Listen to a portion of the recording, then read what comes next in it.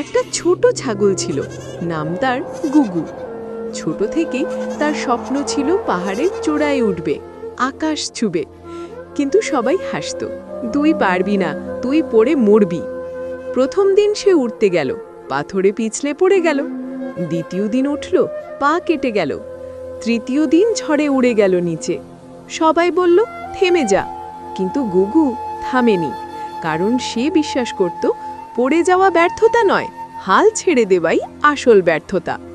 দিন যেতে যেতে তার পা শক্ত হলো, তার সাহস বাড়ল।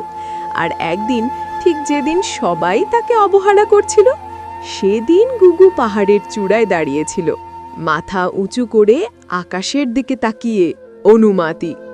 এই গল্প শেখায়, যতবারই পড়ে যাও না কেন, আবার উঠে দাঁড়াও, কারণ জয় তাদেরই হয় যারা কখনো থামে না।